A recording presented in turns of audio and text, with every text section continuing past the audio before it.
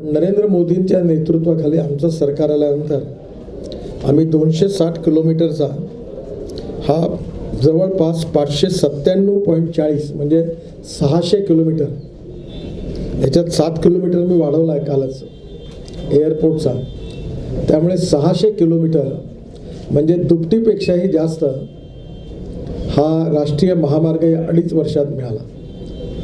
म्हणजे जे काँग्रेसच्या 50 वर्षात नाही झालं ते 2.5 वर्षात झालेलं आहे. यामध्ये जवळपास 6,500 कोटी रुपयाची कामं सुरू आहेत.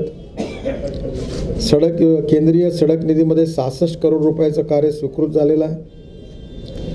त्याच्यानंतर येणाऱ्या काळामध्ये ज्या योजना DPR मध्ये आणि ज्या होणार आहेत आणि विशेषतः मुंबई गोव्याचं जे पॅकेज आहे, 10 पॅकेजेस आहेत, 4 पॅकेजेसवर काम सुरू झालं आहे. 4 पॅकेजेस पुढल्या 2 महिन्यात सुरू होतील आणि शेवटच्या 2 पॅकेजमध्ये मुख्यमंत्र्यांच्या हस्तेही लवकरच त्याचं भूमिपूजन करून संपूर्ण मुंबई गोवा हा राष्ट्रीय महामार्ग, ज्याच्यावर आम्ही जवळपास 10 ते 12,000 कोटी खर्च करतो आहे, हा 4 लेन रोड होऊन याच्यात 6 तासात मुंबई ते गोवा अंतर कापता येईल.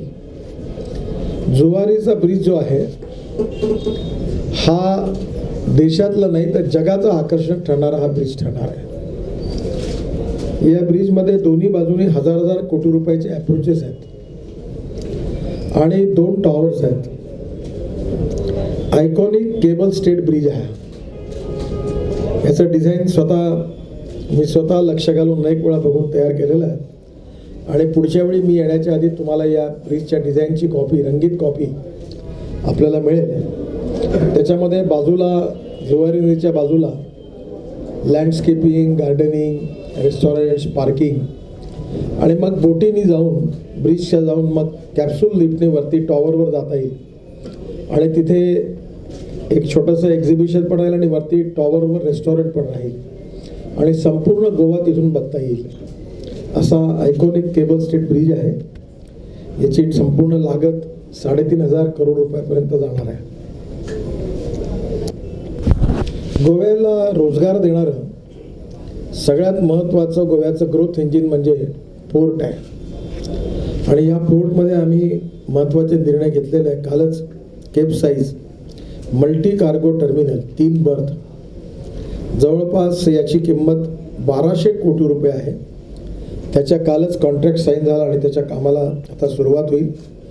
त्यामुळे 1,85,000 टन कॅपसाईजचं वेसल जे आहे कॅपॅसिटीचं ते इथे येणार आहे आणि मला असं वाटतं की यामुळे निश्चितपणे हँडलिंग कॉस्ट जी आहे $3 to $4 पर टन ही याच्यामध्ये कन्सिडरेबल वाचणार आहे.